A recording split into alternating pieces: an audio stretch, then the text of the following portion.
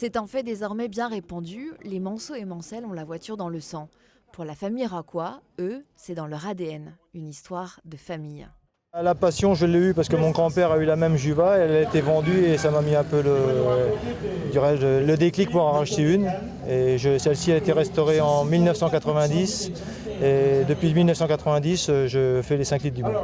Alors en ce dimanche d'avril, Henri frotte sa Juve A4. Elle doit être la plus éclatante de la course des bidons de 5 litres. Pour la 31e année consécutive, une cinquantaine de voitures de collection sont sur la ligne de départ. Le principe est simple, avec la même quantité de carburant, elles doivent effectuer le plus de tours possible en 45 minutes. Bruno, le frère d'Henri, a remporté l'épreuve à 2 reprises au volant de sa trèfle 1924. Et ce voyage dans le temps, il ne le manquerait pour rien au monde. C'est les années 20, les années folles, les années 30. C'est vrai que c'était la bonne époque, je trouve. Et puis le choix des véhicules, encore le chrome, de belles peintures, de belles formes surtout. Donc c'est plus les voitures de maintenant qui se ressemblent à peu près toutes. Donc voilà, c'est notre époque. Et bon, on le vit une journée comme ça en tenue d'époque également. Et donc c'est un petit plaisir. Un plaisir que partage sa sœur Marie-Thérèse. Et pour être en harmonie avec la voiture, elle est allée chiner des vêtements d'époque. C'est très difficile de trouver ces vêtements.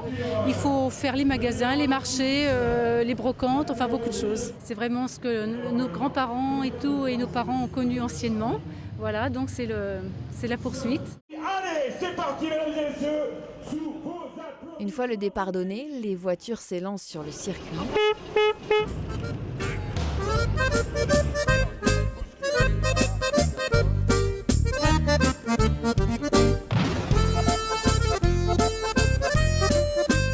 La plus ancienne date de 1896, c'est une Léon Bollé.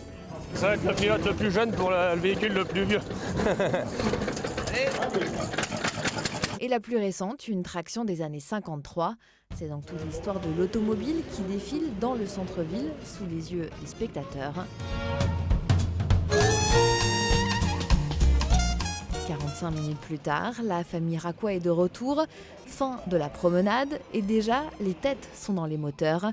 Cette voiture, c'est un patrimoine précieux, sentimental. On vous l'a dit, c'est une histoire de famille.